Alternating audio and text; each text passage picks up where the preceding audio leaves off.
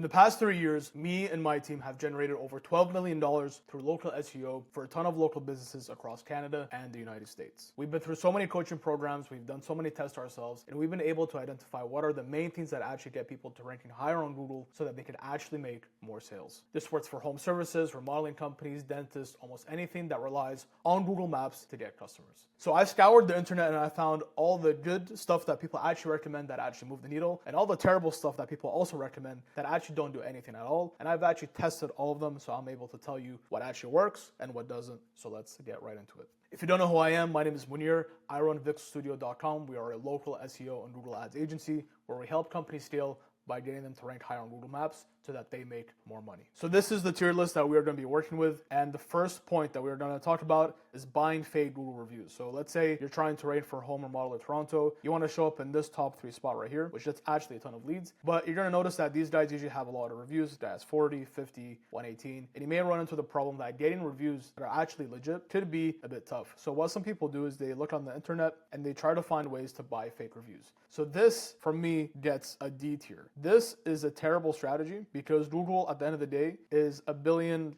or almost $1 trillion company, and they are able to identify what reviews are actually legit and which ones are actually scam. By buying reviews, I mean going onto like some random website and purchasing reviews. Google almost always knows that these are fake, and they can actually take a severe punishment to your account if they actually catch you for this. So this may work temporarily as you get more reviews and show up higher, but if you keep doing it, Google will actually send you a warning telling you to stop doing it. And if you keep doing it, they will basically permanently ban your Google account and you'll have no chance of showing up here ever again. So I know you may have attempted to buy fake reviews, but trust me, Google knows everything. Google knows where these accounts are based. Google knows where these accounts go. They have your location. They have so much information to basically conclude whether those reviews are real or fake. Next one we're going to talk about are local citations. So if you don't know what a local citation is, these are directories where they list out your website. So let's say I'm trying to rank for home remodeling in Toronto and I find this company called Ashton Renovations. So if I search the name of the company, Ashton Renovations, you're going to see that they have many different websites that mention this company. So they have a house account which ranks, they have a Trusted Pros account,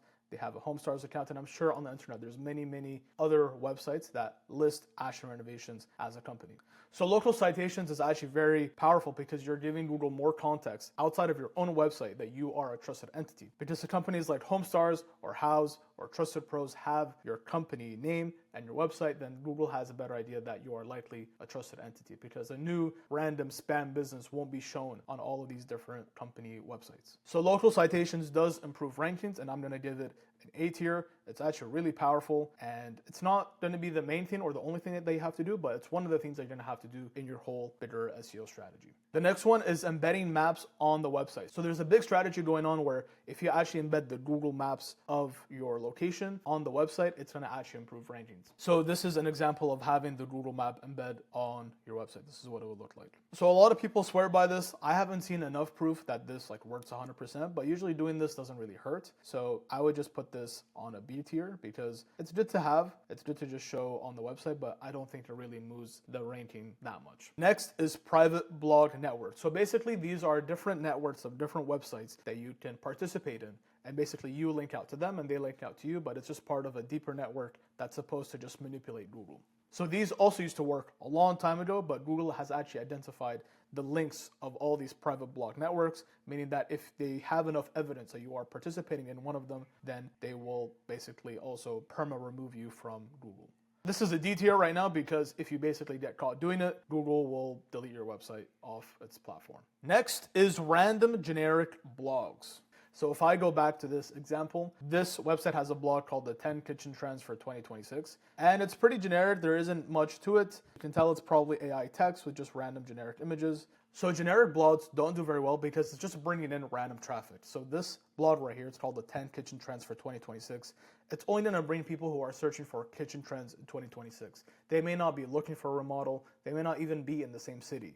And you're going to see that usually when you search for kitchen trends 2026, you're going to see that usually the competition is very big because it's larger, huge websites that are competing for those bigger keywords. So this company put an effort to make this blog, and it's going to bring in traffic that's probably not really related to what they sell.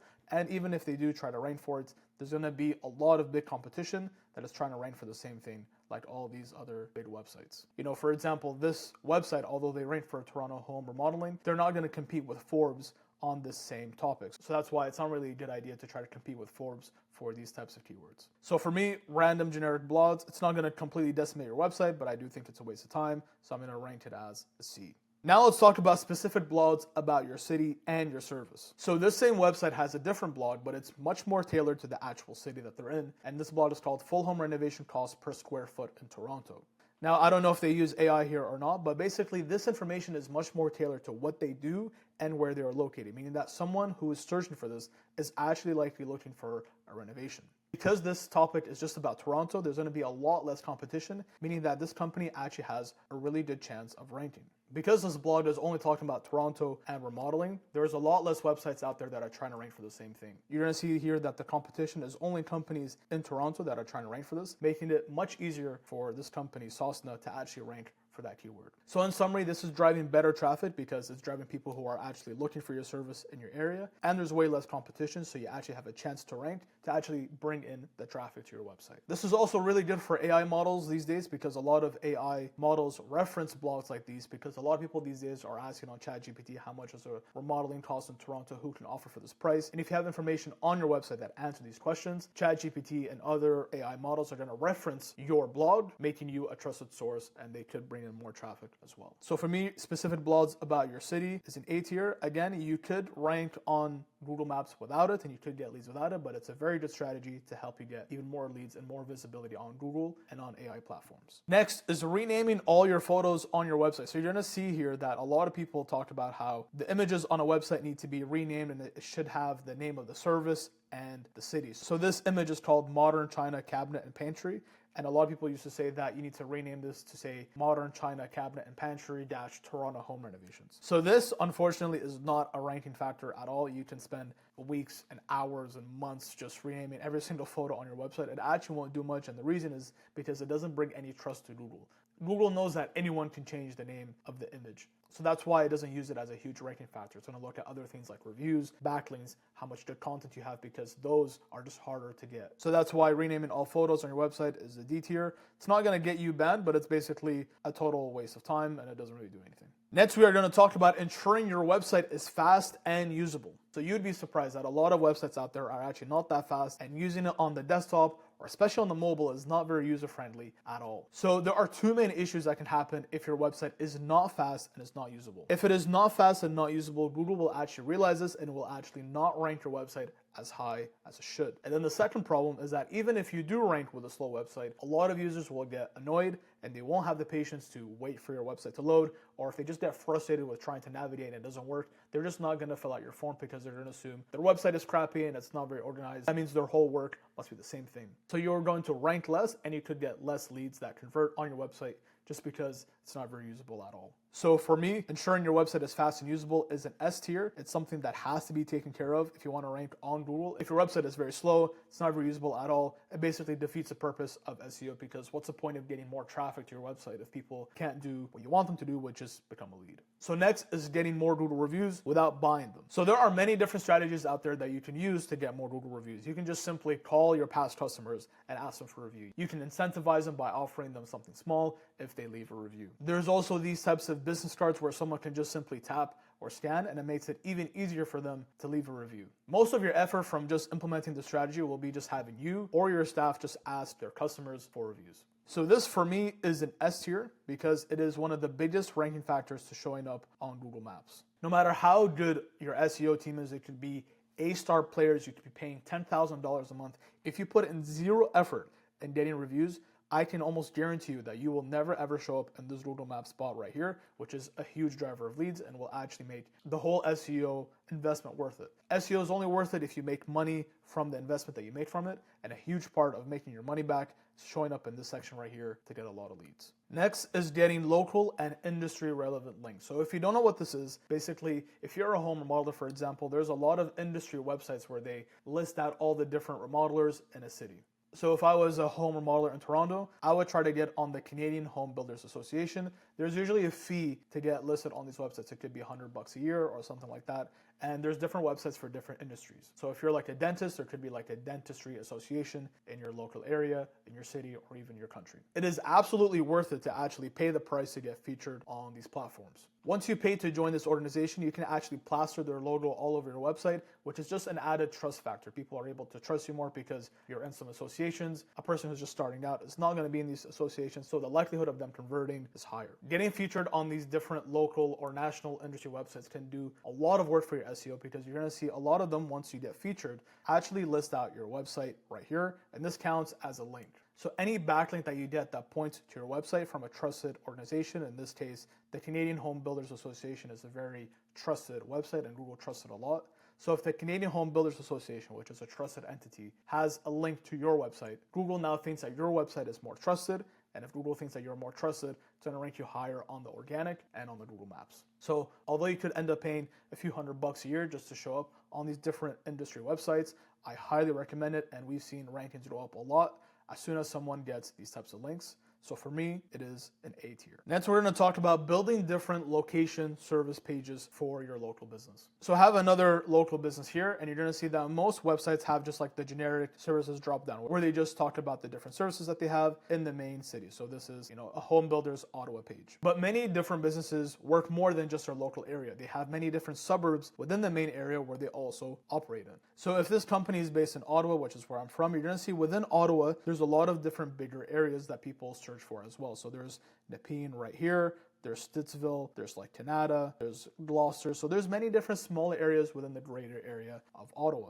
Now what you can do is you can make specific pages for different services for those smaller areas as well. So this company has a general bathroom renovation page for the main area, which is Ottawa, but they also have different pages for different suburbs as well. So you're going to see they have a bathroom renovation Barhaven page, a Canada page, and so on and so forth. So this is a really good strategy because, one, it can actually help you get more leads, because anyone who searches for this and lands on your page is likely to become a lead. And secondly, because it's a smaller area, there's a lot less competition for people who are actually making pages for these areas, making it very easy for you to rank. So for me, building location service pages, it's an A. It should definitely be a part of any Google Maps SEO strategy out there. Next is focusing on your page title and meta description. So if you're going to notice, every single page that you make has something called the page title and meta description. So I have this Chrome extension called the Detailed SEO extension, and you're going to see that every page has a title and description. These are just like fields behind the page that only Google references to actually know what the page is about. So in the page title and description, you should also mention the main keyword that you're trying to rank for. So this is a custom home builders Ottawa page. In the page title, we should mention Custom Home Builders Ottawa, and in the description, we should also mention Custom Home Builders Ottawa. So adding page titles and meta description can influence ranking and should always be part of your SEO strategy. So for me, it's an A tier. Next is Google Business Profile posts. So if I'm searching for home remodeling Toronto and I open up this profile right here, if I scroll down, you're going to see that there's something called posts. So these are all the different posts that this company has added to their Google Business Profile. You can click on it and it gives more information about something. So in this case, it's a client review spotlight. Here they were talking about understanding permits and so on and so forth. So definitely having more activity happen on your Google Business Profile is always a good thing. Adding more posts, adding more photos to your Google Business Profile just to make it more alive is always good in Google's eyes. However, it's not the biggest ranking factor out there. You're going to see that this company above it, Lux Home Renovation, doesn't have any Google Business Profile posts at all, but they still rank. So for me, Google Business Profile posts gets a B rating. It's something that I would recommend people do. It's not like the biggest ranking factor, but it definitely won't hurt having this. And then lastly is general optimization of your Google Business Profile. So whenever we work on any campaign, we try to make sure if we can add in the service or the location and the name of the business right here. We ensure that they have the proper category right here. So a lot of people, you'd be surprised, have the wrong primary category, which can tank rankings, and ensuring that you have the main service and the location in your description as well. Basically, you want to fill in all the details possible of your Google Business Profile. So for me, optimizing Google Business Profile is an S tier because it is one of the things that can make or break your rankings. It should be one of the first things that you do in an SEO campaign. If you skip it, you could do a whole bunch of work and you won't show up in this Google Map pack right here. So this is a tier list of everything that I recommend that you should do if you're trying to do local SEO for yourself. If you want to work with our team to implement all of these strategies on your business so that you can show up on Google Maps and make more money, click on the first link in the description. You can book a call with my team. We can build out a whole roadmap for you to show you what it will take for you to rank on Google and what the ROI is for you. Leave any questions you have in the comments below, and I'll see you guys in the next one.